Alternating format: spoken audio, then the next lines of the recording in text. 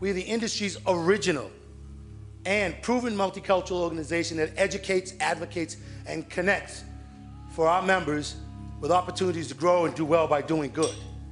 Today and in the future, the most valuable language in the business will be cultural intelligence.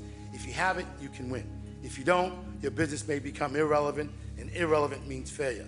If your company does not get all in on the issue of building cultural intelligence, then you run the risk of becoming the next Sanka, TWA, or Whiteout. By the year 2050, most census projections show that our population is going to be roughly 50% racial and ethnic minorities. So when we talk about culture, we're talking about things like hairstyle, we're talking about things like diet, we're talking about things like communication style, we're talking about whether someone is a digital native or a digital immigrant. We are immersed in culture, and sometimes the last thing we see is culture. Cultural intelligence refers to a repertoire of competencies that allow us to work with diverse people in diverse settings. What I tried to do in building cultural intelligence is break cultural intelligence down into what I consider to be 9 essential critical mega skills. I don't think you're born with cultural intelligence, just like I don't think you're born with leadership. I think that is something all of us can develop.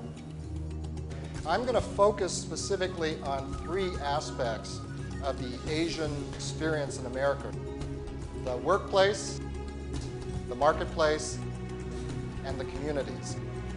Sometimes adversity can bring up tremendous opportunities that weren't there before.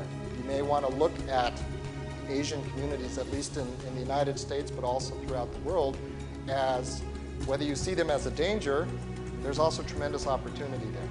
That $1 trillion, that makes the Latino consumer spend in the U.S. one of the top 10 economies in the world.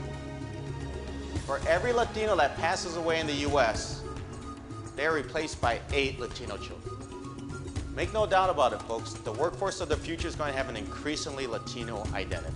So don't ever catch any of your leaders saying, oh, she didn't look Latino, because there's no such thing.